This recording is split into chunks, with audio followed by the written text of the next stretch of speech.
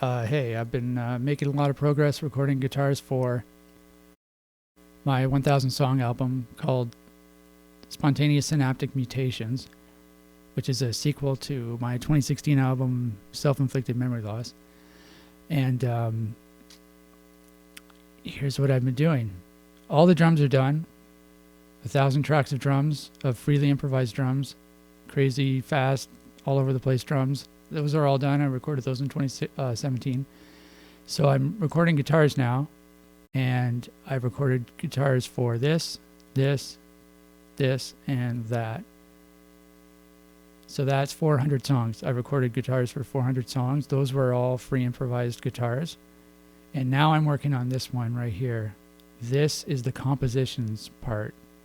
That is where I write guitars along to the freely improvised drums I already recorded, so that they sound together and tight and like it's a song that was written that way, but it wasn't.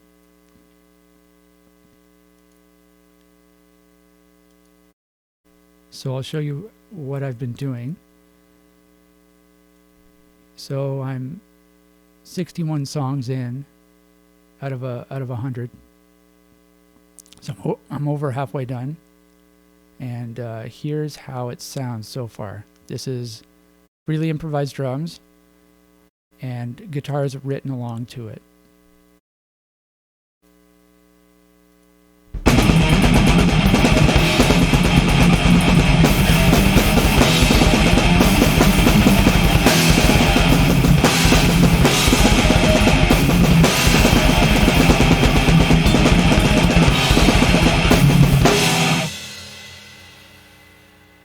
So there's one song.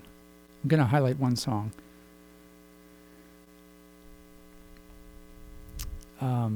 So each song is only 15 seconds long, which is really short, but you can really pack a lot into 15 seconds, like you've heard. This isn't mixed at all, so don't pay too much attention to the sound quality, because that'll change, but I'll show you how I got that from a freely improvised drum track. So what I did was I listened to the song, and if I listened to the drum track, and if the drums are some of the drumming is just way too random for me to decipher what I'm doing. So but other drums like this, it's mostly blast beats, and but it's stuff that like I can count. I can count the beats. So that's what I do. I go through the song part by part. I go through the drums part by part, and I write it into a text file. That's what this text file here is. This indicates all the beats for each part. So 15-second song, and this track was broken down into 15 different parts. So you can see how much goes into just 15 seconds. So I'll show you here with just the drums.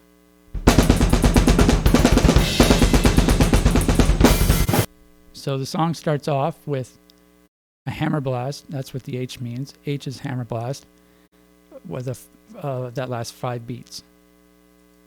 1, 2, 3, 4, 5. Followed by a traditional blast. So a hammer blast is cymbal, snare, and bass drum all at the same time. A traditional blast is the cymbal and the bass drum at the same time. That leads off, and followed by a snare hit, and it alternates between those two.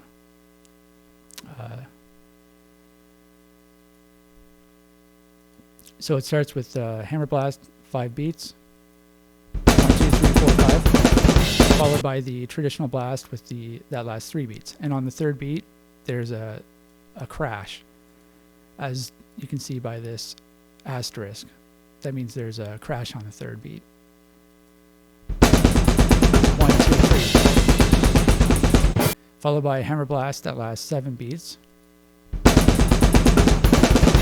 3, 4, 5, 6, 7. Followed by 6 beats. So the reason I put hammer blast, traditional blast, that's the reason why I differentiate between those, are because I like to do certain things depending on what style of blast beat I do. So for the hammer blast, everything's at the same time. So what I like to do is do palm muted eighth notes that hit on the same notes as it just goes along exactly the same as the hammer blast. So it's like, picture a blast beat hitting every single note, guitar note. So it's really tight and really heavy. And then for the traditional blast, I like doing tremolo picking with some added power chords. So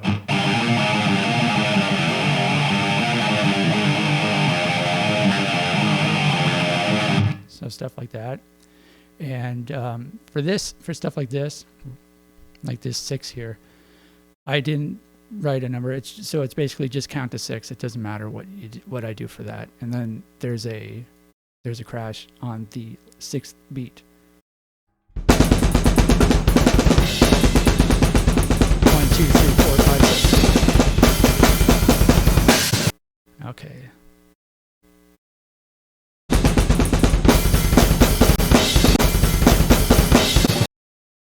Okay, and after that, it's a traditional blast that lasts 3 beats, followed by 8 beats with a crash on the 8th beat. 1, 2, 3, 1, 2, 3, 4, 5, 6, 7, 8. Followed by traditional blast that lasts 2 beats.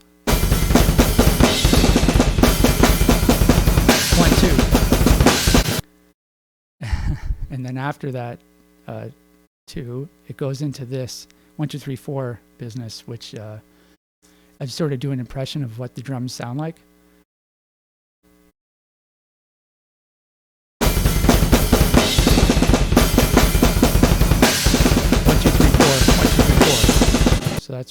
So that's what the drums sound like. 1, 2, 3, 4. 1, 2, 3, 4. And on the 4th hit, there's a crash on each of the 4th hits. So it does that twice. 1, 2, 3, 4. 1, 2, 3, 4. Followed by a traditional blast that lasts 4 beats. Followed by another 1, 2, 3, 4. 1, 2, 3, 4. 1, 2, 3, 4. 1, 2, 3, 4. 1, 2, 3,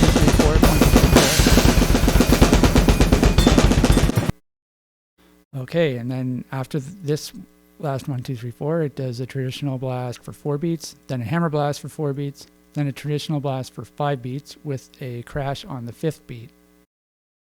1,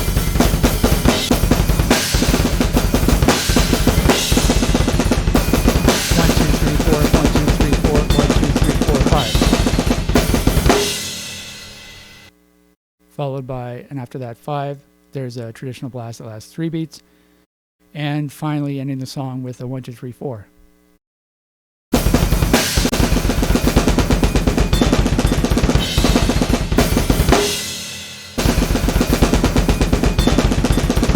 2, 3, 1, 2, 3, 4. Okay, so once I've made this text file here that breaks down the drums, now I start writing riffs. So I know how long to play each riff and what kind of riff I want to write with these H's and T's, and also the crashes. So I can add stuff for the crashes to emphasize the crashes. So it's the song starts off like for 5. So it's 1, 2, 3, 4, 5. 1, 2, 3, 4, 5. And then it goes into the traditional 3, which is, and this open power chord matches the crash on the 3rd beat. And then the hammer blast with the 7 is 1, 2, 3, 4, 5, 6, 7. And then it does the 6 beats with the crash on the 6. Wait a minute. And right here, that open power chord again matches the crash, followed by the traditional 3, which is 1, 2, 3, followed by 8 beats with the crash on the 8, which is, and once again, the open power chord matches the crash, followed by a traditional blast that lasts 2 beats, which is 1, 2, and then it goes into this 1, 2, 3, 4 business, which is 1, 2, 3, 4, and it does that twice. So. Then it goes into traditional blast, the last 4 beats, which is 1, 2, 3, 4. Then it goes into another to that 1, 2, 3, 4 riff again, and this chord here hits with the crash on the fourth beat. Then it goes to another traditional 4, which is once again. Then it does a hammer blast that lasts 4 beats, which is, and that riff there, 1, 2, 3, 4. That is similar to the riff earlier for the hammer 7. The hammer 7 is, and the hammer 4 is. It's the same riff, but it's played a different number of times, and the hammer 4 is 1 fret down on each string. And then it does a traditional 5 with the crash on the 5th beat. So for this one, I did the 2 previous traditional 4s. I did that, and then I added something for the last beat. So the previous 2 traditional 4s are this. 1, 2, 3, 4. And then for the 5th beat with the crash, I added this chord, which is from the 1, 2, 3, 4 riff. And this chord, once again, matches the crash. So then it does a traditional 3, which is 1, 2, 3. And then it finishes off the song with the 1, 2, 3, 4 riff again. And once you have all that together, and once you memorize it, and you're able to play it without screwing up, guarantee I'm going to screw it up. But we'll try and play it all together now.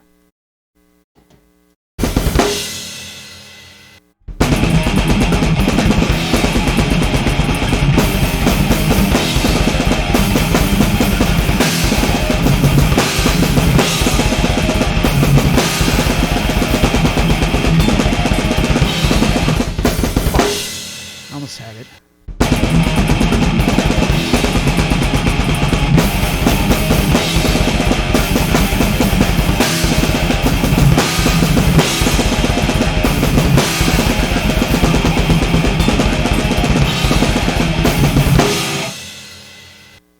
There, second try. I've been practicing that a lot today, so I wouldn't make a fool of myself on camera. And once you finally get two of those tracks, 2 decent takes, I'll play the song again for you.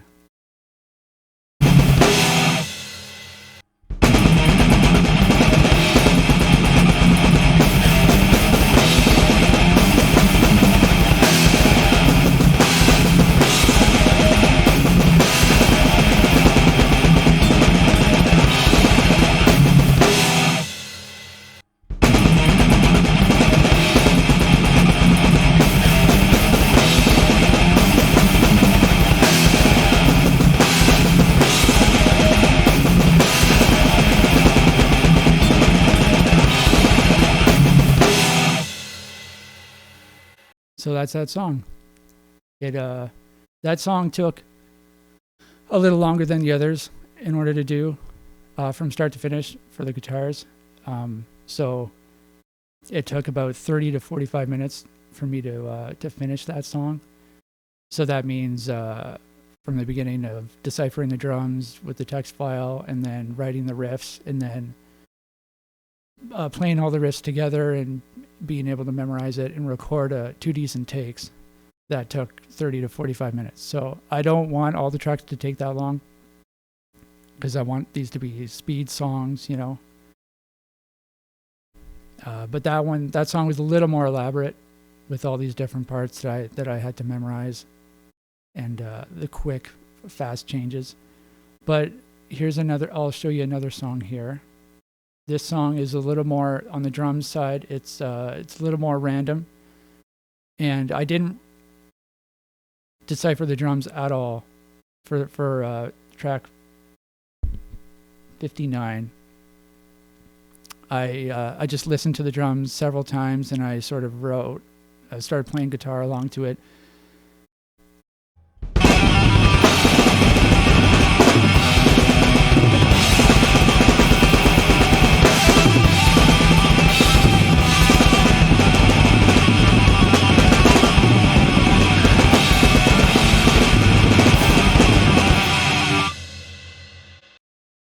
So what I'm doing, I'm tapping with one hand, and then there's every once in a while I'll crash on the drums. So whenever I hear a crash, I specifically change, like I would change the riff every time you'd hear a crash, so that it would be together. So my one hand is tapping, and my other hand is sort of going along with the riff. So every time with the crashing, I mean. So every time you hear a crash, the riff changes slightly. So if you listen to it a few times, it sort of sounds it sounds together. And at the very beginning, I'm only tapping, and then there's a very small delay before a crash happens. And once that crash happens, I hit a low note. And so just try to pay attention to the crashes and how the riffs change every time you hear a crash.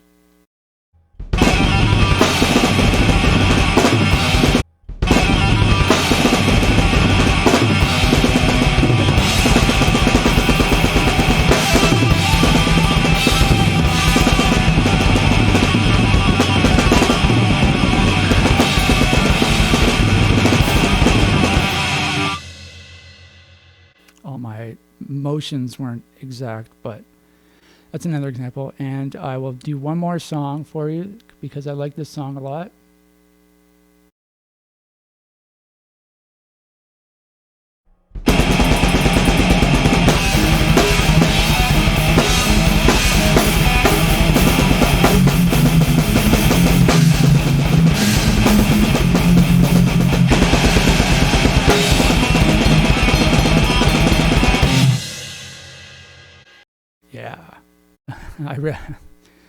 Yeah, the very beginning riff with the quickly changing power chords along with the hammer blast. it's so awesome. I really like that part. It makes me laugh.